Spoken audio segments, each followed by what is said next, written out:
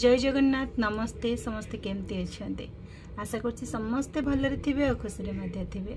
तो जो मैंने सजेशन मागुले कि दीदी एमती किसी लिपस्टिक कहतु जोटा कि आमे आम वैनिटी रे रखी पारिबु आउ से लिपस्टिक को आमे डिफरेंट डिफरेंट कलर भी बनई पारिबु।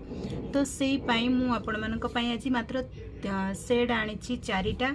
तो चारिटा शेड रे आपण माने चाहिए जी कौन से कलर क्रिएट भी करि पारिबे आउ बहुत लॉन्ग लास्टिंग भी आउ तीनटा अच्छी आपण मानक पई अफोर्डेबल बाकी आउ गोटे टिके आपण मानक पई एक्सपेंसिव रही पारे। तो देखंतु ई कोड रो एटा छोटू पैकेट होची 899 रे 10 सेट्स आसीबो। जदि 10 सेट्स न नबा पई आपण चाहंती तो जो माने खोली के एमती पैकेट बिकुचंती तो तांको पाखरु भी नहीं पारिबे 100 रे से माने देबे।